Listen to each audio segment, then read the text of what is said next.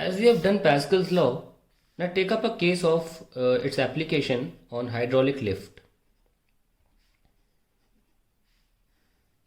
अक्सर ये कार वाली जो सर्विस स्टेशन होते हैं वहाँ यूज़ होता है, जहाँ पे आपको कम फोर्स देकर ज़्यादा भारी चीज़ों को उठाना हो, वहाँ पे हम हाइड्रोलिक लिफ्ट का इस्तेमाल करते हैं और it is based on the Pascal's principle that pressure is transmitted equally. External pressure from outside is transmitted equally to all points because it is independent of height. Pascal's principle पे आधारित है ये.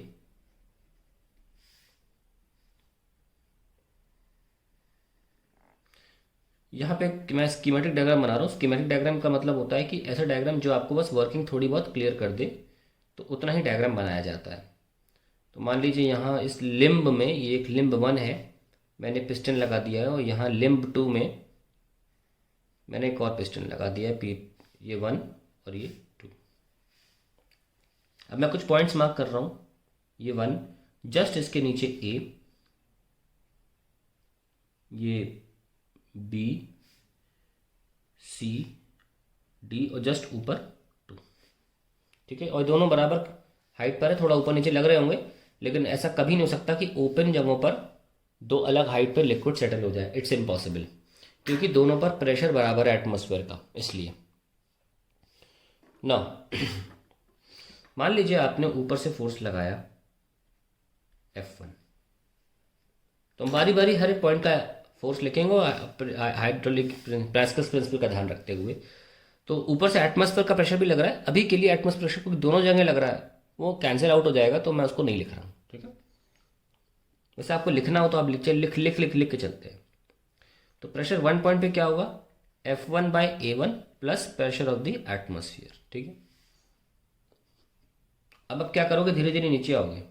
B पर कैसे लिखोगे, नहीं पहले ए पर लिख लो.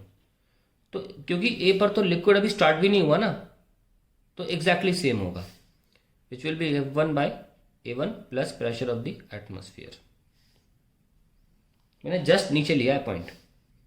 अब आप बी पर आ रहे हैं, तो बी पर हाइट की वजह से प्रेशर क्या होगा, ρgh, F1/A1 plus pressure of the atmosphere. ये आपका एक्सटर्नल प्रेशर था और ρgh था. एक बार याद दिला दूं कि अगर मैंने डायरेक्टली आपसे प्रेशर एट पॉइंट बी पूछा होता डायरेक्टली, तो आप क्या लिखते, प्रेशर एट बी लिखते आप कि भाई ρgh तो है ही क्योंकि हाइट नीचे है, प्लस आप एटमॉस्फेयर का लिख लेते, है ना, क्योंकि एटमॉस्फेयर तो लग ही रहा है एटमॉस्फेयर का, और OGH का एक फ्लूइड एटमॉस्फेयर है, एक फ्लूइड लिक्विड है. आपने जब फोर्स लगाया F1, तो प्रेशर एक्सटर्नली आपने एक ऐड किया. आप देख सकते हैं वो F1/A1 प्रेशर है. तो वो देख सकते हैं कि आप एग्जैक्टली जो A पर आपने F1/A1 प्रेशर इंट्रोड्यूस किया, वो B पर भी वही पहुंच गया. इसी को तो पास्कल्स प्रिंसिपल बोलते हैं कि equally transmitted two point B which was at A. यही वजह थी A लेने की पॉइंट. हमने 1 के बाद A पॉइंट लिया था, ताकि मैं दिखा सकूँ कि पानी के जस्ट सतह पर जो प्रेशर है पी ए एग्जैक्टली वही बी पर पहुंच जाता है. तो F1/A1 travelled undiminished to point B. That is Pascal's principle. Okay, now let's talk about this. Laterally हम जानते हैं कि हाइट क्योंकि चेंज नहीं हो रही है, तो प्रेशर हमेशा सेम रहेगा. सो प्रेशर सी पॉइंट पे भी सेम ही रहना है, F1/A1 plus pressure atmospheric plus ρgh. ठीक है, what we see here that even A पर जो प्रेशर इंक्रीमेंट हुआ था F1/A1 का, वो सी पर भी पहुंचा है ना. सी पर भी देखिए आप सेम चीज लिख रहे हैं, F1/A1 P atmosphere plus ρgh. मुद्दा ये है कि F1/A1 ए से सी ट्रांसमिट हुआ है बिना किसी चेंजेस के. अब आप बात करिए डी पॉइंट की, F1/A1 plus pressure atmospheric plus ρgh. अब जैसे ऊपर जाते, जब नीचे आते तो ρgh प्लस करते हो, ऊपर जाओगे तो माइनस कर दो, ρgh कर दिया. तो आपका पीडी पे कितना प्रेशर आ गया, एक तरह से F1/A1 प्लस पी एटमॉस्फेरिक. ये आ गया ना, ये तो कैंसिल हो गए. अब आप क्या लिखोगे, 2 के लिए लिखोगे. What is pressure at 2? भाई अगर आप फोर्स लगा रहे हो F2, तो क्या लिखोगे आप, प्रेशर के प्रेशर P2 क्या लिखोगे, जैसे यहाँ लिखा वहाँ लिख दो, F2/A2 प्लस एटमॉस्फेरिक प्रेशर. यही तो लिखोगे. अगर यहाँ पे फोर्स लगा रहे होगे तो F2/A2 लिखा जाएगा, एटमॉस्फेरिक प्रेशर लिखा जाएगा. जिस तरीके से 1 और a बराबर हैं, क्योंकि कोई लिक्विड चालू ही नहीं हुआ, 2 और d भी तो बराबर होंगे। Now P2 equals to Pd, बराबर कर दीजिए। P2 कितना है, F2/A2 plus atmospheric pressure is equals to F1/A1 plus atmospheric pressure. ये कैंसिल होकर क्या आया, F1/A1 इक्वल्स टू F2/A2। ये हाइड्रोलिक प्रिंसिपल, हाइड्रोलिक प्रिंसिपल कहलाता है ये, ठीक है, कि F1/A1 is equals to F2/A2। और इसका हम फायदा उठाते हैं हैवी ऑब्जेक्ट्स को उठाने के लिए। देखिए कैसे, ये बहुत इंपॉर्टेंट प्रूफ है, मैं धीरे धीरे लेके गया हूँ और पैस्कल्स प्रिंसिपल का इस्तेमाल करके गया हूँ। अक्सर क्या होता है किताबों में ये चीज़ डायरेक्ट लिख दी जाती है, लेकिन हमें पैस्कल प्रिंसिपल को दिखाना था कैसे काम कर रहा है। अनडिमिनिश्ड ट्रांसमिट हुआ F1/A1 और इसीलिए यह बराबर हो गए हैं। इसका यूज़ कैसे किया जाए, लेट अस सी। तो हमें देखा कि हमारा जो स्कीमेटिक डायग्राम था,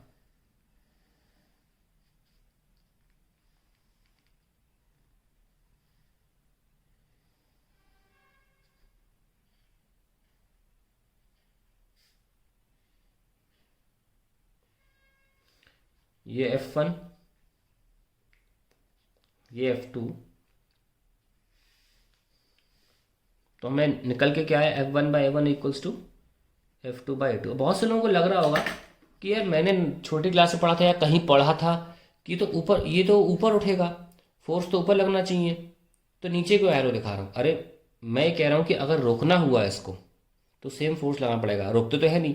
तो एग्जैक्टली इसी फोर्स से ये बॉडी जो यहाँ रखी होती है, हाइड्रोलिक लिफ्ट मिलता है उसे, उसी फोर्स से F2 से। ये तो मैंने इक्विलिब्रियम करने के लिए लगाया था, ठीक है। चलिए, वर्किंग के दौरान तो ये ऊपर उठता है, यही तो उद्देश्य है हमारा। अब देखिए इसमें फ़ायदा क्या होता है, F2 की बात करते हैं, that is F1 into A2/A1। ये बहुत इंपॉर्टेंट है, इसे बोलते हैं effect of force multiplier, effect of force multiplier, या आप लिख लीजिए इसको force multiplier effect, force multiplier effect, ये आप लिख सकते हैं। देख कैसे बोला मैंने, क्योंकि A2/A1 जो है वो ग्रेटर देन 1 है। A2 बड़ा है ना, A1 छोटा है, तो आपने तो कम फोर्स लगाया, आपने जो भी फोर्स लगाया, जो भी, कम नहीं कह रहा हूँ, जो भी फोर्स लगाया उसमें एक इंक्रीमेंट हो जाएगा by some factor, multiply, and then you will get a larger force. Hence using this principle, hydraulic lift या हाइड्रोलिक प्रेस बोल सकते हैं, hydraulic lift lifts larger weights by smaller forces,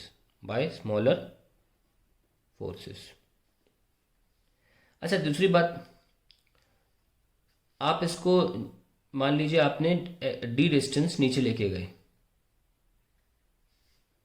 ठीक है, तो आपका वर्क डन कितना हुआ, F1 इंटू D1। ये यहाँ पे वर्क डन हुआ, और ऑब्वियसली ये कोई और डिस्टेंस ऊपर उठेगा, कोई यहाँ फोर्स तो अलग है। 1 सेक्शन पे वर्क डन हुआ और 2 सेक्शन पे F2 into D2। Now you put equation of F2 यहाँ पे रख के देखिए, F1 into A2/A1 into D2। So now we can write like this, F1/A1 into A2 into D2। Now what is A2 into D2? area of cross section into depth। हम जानते हैं कि जो लिक्विड हम यूज़ कर रहे हैं वो इनकम्प्रेसिबल है, दैट मीन्स जो भी वॉल्यूम आप नीचे करोगे, वॉल्यूम यहाँ पे कंप्रेस नहीं हो सकता, उतना ही वॉल्यूम ऊपर उठेगा, सेम वॉल्यूम। यानी कि हम लिख सकते हैं फॉर इनकम्प्रेसिबल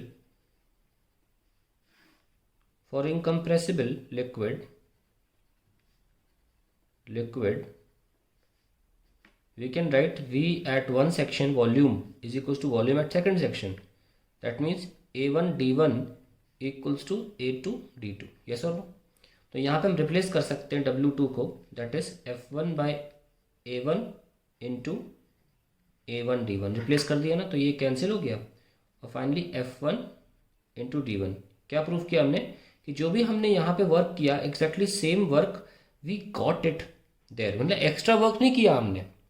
लोगों को लगता है कि हम ज़्यादा हमें एनर्जी मिल, कुछ लोग पूछते हैं जो ज़्यादा अच्छा सोचते हैं कि सर हमने क्या यहाँ पे एनर्जी क्रिएट कर दी है। नहीं, आप देख सकते हैं यहाँ से जो हमने काम इस पिस्टन पे किया एग्जैक्टली सेम हमें काम मिला है इस पिस्टन पर। हम साबित कर दें कि W1 भी F1 D1 है और W2 भी F1 D1 के बराबर ही है। What we have only got is that force multiply हो गया है। तो किसके एक्सपेंस पर हुआ भाई? यहाँ आपने ज़्यादा डिस्टेंस खिसकाया होगा, यहाँ पे ज़्यादा डिस्टेंस खिसकाया। दिखाता हूँ ज़्यादा डिस्टेंस कैसे खिसकाया। इस इक्वेशन को दोबारा देखें कि A1 D1 is equals to A2 D2 है। सो D2 क्या हो जाएगा? That will be A1/A2 into D1।